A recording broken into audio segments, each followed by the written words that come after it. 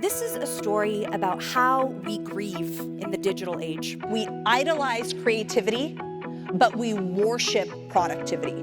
We say we want people to be creative, but we respect and admire people who are productive. No one should design a tool and say, oops, we accidentally ruined democracy. We need to start having these transparent conversations about what companies are collecting what information and what they're doing with it. Do you spend hours reading productivity hacks, trying new frameworks, and testing new apps to get even more done? We've created a generation of brilliant technological minds that know how to code, but not what to code, and more importantly, not why to code.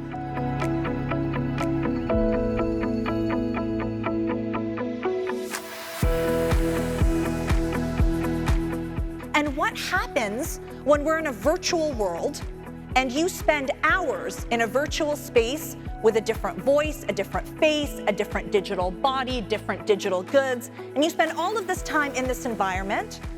And then what happens when you take off the headset and look at yourself in the mirror?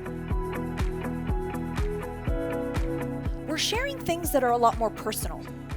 We're sharing our moods, how we feel. We're sharing our ovulation cycles, our reproductive health.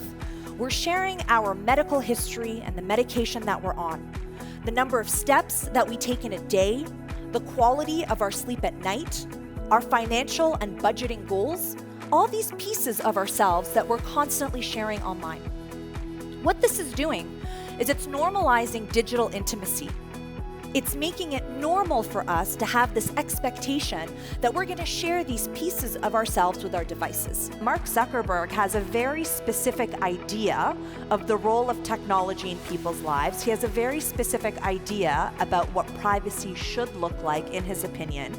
And that idea is driving the evolution of his algorithms, of his products, of his platform that impacts 2 billion people. Because economic growth isn't just going to be solved by more technology. In fact, more technology without the proper design for a human-centric experience is probably going to result in a lot less jobs anyway. Knowledge workers are facing a big challenge. We're expected to be constantly productive and creative in equal measure, but it's actually almost impossible for our brains to continuously generate new ideas with no rest. In fact, downtime is a necessity for our brain to recover and to operate properly.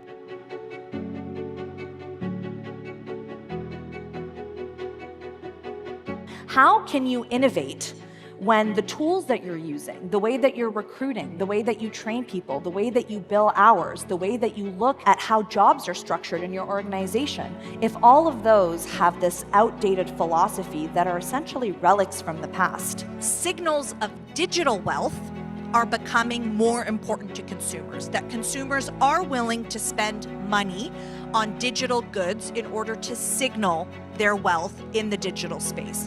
And this also makes sense, because if I'm Snoop Dogg, I can drive my Rolls Royce around, okay?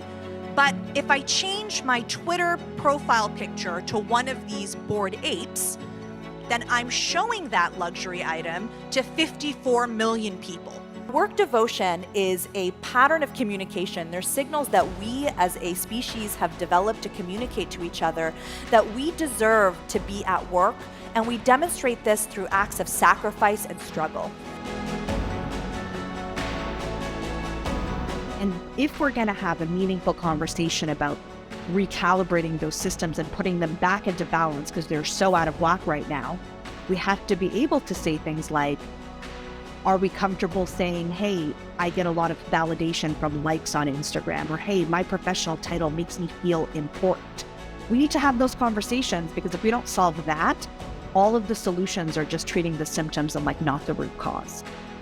I'm so glad your voice is out there. I really am. I hope everyone reads these books. I think maybe we need them more than ever. Last year, Denmark appointed an ambassador of GAFA, someone whose sole responsibility was to manage the state's relationship with Google and Amazon and Facebook and Apple.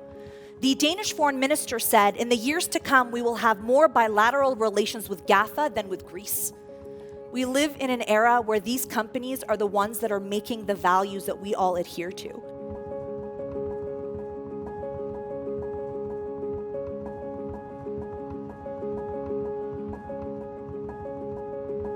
Because some of our biggest and most admired technology companies are American. And so globally, our standards of success have been influenced by these companies and by their culture. Welcome to Humane Productivity. I'm Rahaf Harfoush, digital anthropologist, author, and professor. And in this LinkedIn Learning course, we'll debunk outdated productivity myths.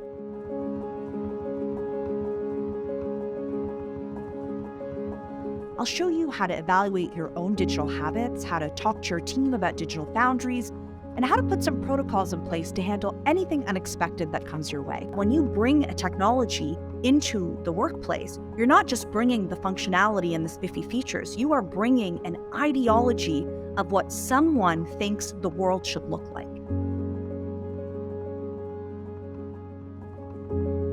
Pour des tâches qui n'existent plus dans les domaines professionnels. Donc, on est en train de forcer les créatives dans des systèmes où ils doivent dire